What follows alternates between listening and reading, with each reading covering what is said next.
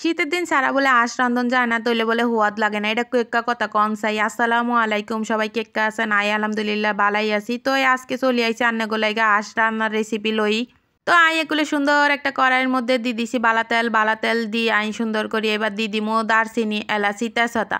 তেজপাতা আর দারচিনি এলাচি তেজপাতা এগুলো যদি আর কি তেলের মধ্যে দিই, তেলের মধ্যে একটা গ্রান বাইরে, ওই গ্রানটা কিন্তু অনেক সুন্দর লাগে। এই কারণে তেলের মধ্যে সবসময় এটা দিই।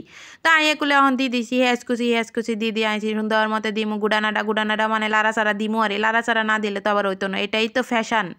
তো পেঁয়াজগুলো ভাজা হয়ে গেছে এবার দিয়ে দিছি ওই লগে আদা রসুন বাটা। কিন্তু কেডি বাটনাত বাটছি মানে পাটাতে বাটছি আর কি। পাটাতে বাটলে কিন্তু রান্না বান্নাটা একটু বেশি মজা লাগে আর কি, বুঝছেন। এবার দিয়ে দিছি ওই লগিয়া জিরা বাটা আর হইছে গিয়া জায়ফল জায়তি তিনোটারে একসাথে সুন্দর করে বাড়ি লইছি আর সুন্দর করে বাড়ি লই। এবার এটার মধ্যে দিয়ে দিছি সুন্দর করে লাড়াচাড়া দিই।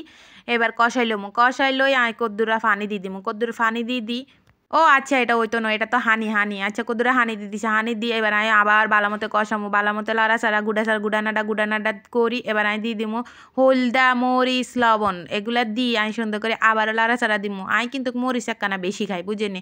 মরিচ বেশি খাই দেখে একখানা বেশি মরিচ দিছি। তো এটাও কষানো হয়ে গেছে। এবার দিয়ে দিমু হাঁসগুন সুন্দর করে কুড়ি বাছি ধুই রাখছিলাম, তো হেডারে দিয়ে দিছি। তো রান্না করে আসল কাহিনী কই কিন্তু এই হাঁসগুলো রান্তাম না।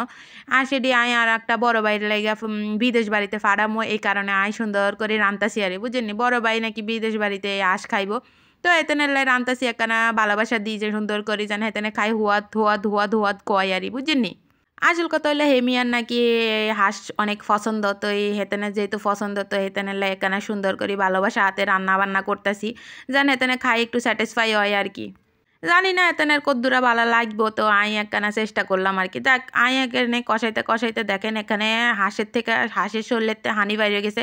তো এই হানিগুন সুন্দর করে কষাই লইমু যেন সুন্দর গ্রান বাইর হয় আর কি। তো এটারে কষানোর পরে অল্প কদ্দুর জল দিমু, বেশি জল দিতাম না, যেহেতু এগুলো পানি বেড়েছে। তো এই পানিগুন এগুলারে সুন্দর করে কষাই এগুলারে একবারে শুকাইলামু, বুঝিনি।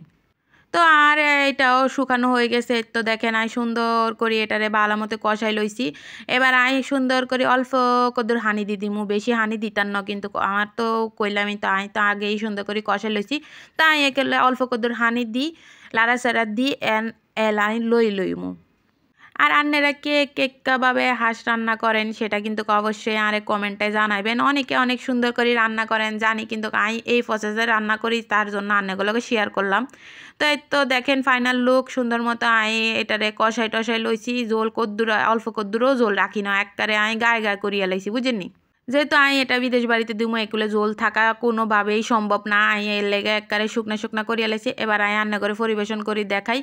তো সবাই কেক্কা লাগছে কেমন হয়েছে সেটা অবশ্যই বলবেন। সবাই ভালো থাকেন, সুস্থ থাকেন। আজকের মতো চলি যাই, আল্লাহ হাফেজ।